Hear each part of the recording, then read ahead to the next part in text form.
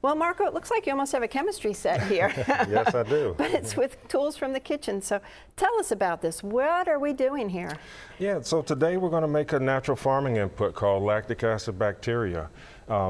In short, natural farming is it's taking your mind back to a time before chemicals, before man-made fertilizers, using principles like everything you need is around you.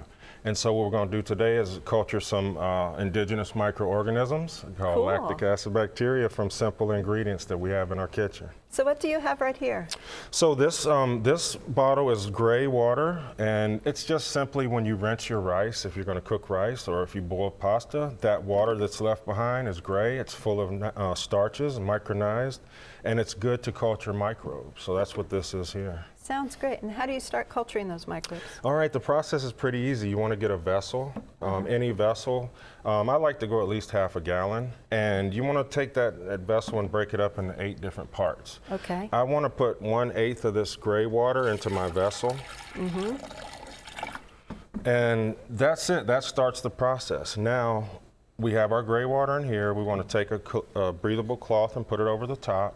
And I want microbes to be able to grow in here, which is why I want the breathable aspect of it. Okay. We like a wide mouth as well because we want to get that airflow in there. And I'll set this in near compost, even in my compost, make sure it doesn't get rained on. Yes. And in about 36 to 48 hours, you'll notice a distinct smell to this water.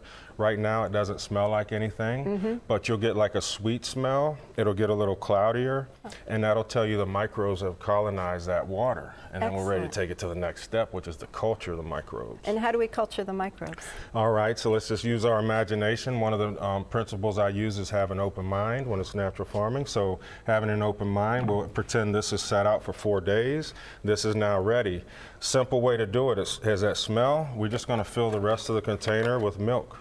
Milk. Can it be any kind of milk, or does it have to be dairy milk, or? Yeah, you can use any kind of milk. The type that you use, the type that's on sale, the type that's cheap. It's all good. So coconut milk, oat milk, almond milk. Almond. Yeah, if you don't want to do the animal thing, or if you just like good old cow milk, that works just as fine. Too.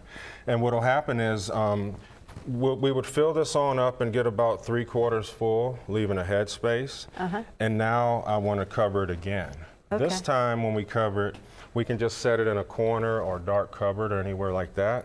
And what's happening this time, because we already collected microbes in the gray water, now the milk is such a highly nutritious environment that the microbes are going to proliferate and grow even more. Excellent. Yeah, right. So then what happens is over about 4 to 6 days, when you'll watch this, this milk will now start separating. It'll turn solid. And if you could zoom maybe in here, this one has started a couple days ago. You can see a couple of the solids are really starting to separate. Yeah, you can almost see them right there. Yeah. Yep. And what will happen is this will separate to the point where now you'll have this away, and your solids will be part of this. So you remove the solids? Yes. And keep the whey? That's right. You remove your solids, and you can toss them into your worm bin or compost. They're highly nutritious. Yeah, why not?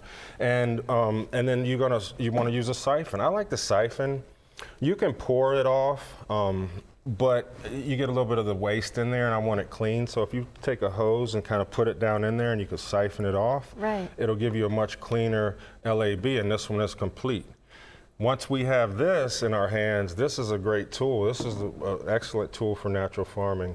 Excellent. And we can take that, and now we can ferment things. Well, let's go to that step. Pass me that milk. All right, here's the milk.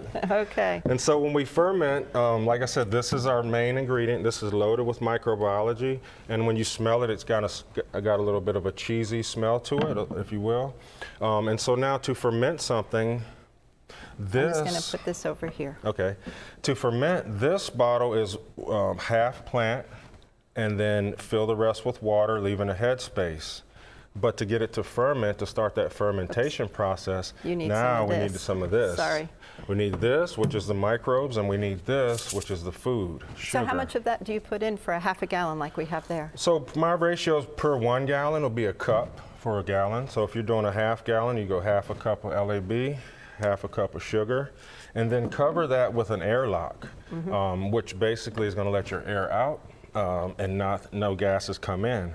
The microbes create some gases when they're fermenting and doing that, so you want to have that airlock. You can use a rubber glove with a rubber band. It works as well.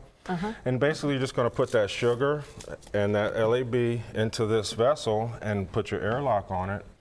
And over the course of about 21 days, the microbes will consume the sugar and the plant material that's in here, and they'll end up creating basically amino acids, which are plant-available nutrients. Fantastic. So now we have elderberry, the nutrients of the elderberry, the microbes, which are in the LAB, and now when those go into our soil, it's readily available to our plants, and the microbes in the soil consume the LAB, and or, you know, if they're not consumed, they're being consumed, you know, one or the other. Yes, that is fantastic. How much do you pour on your soil? I mean, you've got microbes in there, it's microscopic, so how much do you pour around in your garden? You know? A good ratio when you're talking about, if you're going to use LAB, if you want to use it by itself, you can use 1 to 1,000. It's very strong, so you basically 1 teaspoon per gallon. Wow. And maybe a little bit more. LAB is very powerful. It will outcompete a lot of the other microbes. So you want to use it sparingly in your soil. All these ferments, you want to use them somewhat sparingly because, you know, less is more really when you're talking about, you know, farming and gardening. More gentle usually nudges. get you in trouble, you know what I mean? Very gentle nudges. Yes. Well, Marco, I thank you so much for introducing us to a new way to introduce microbes to our soil. This is fascinating, and it's something we all have the products for and we all can do. Yes. So thank you. You're welcome. Yes.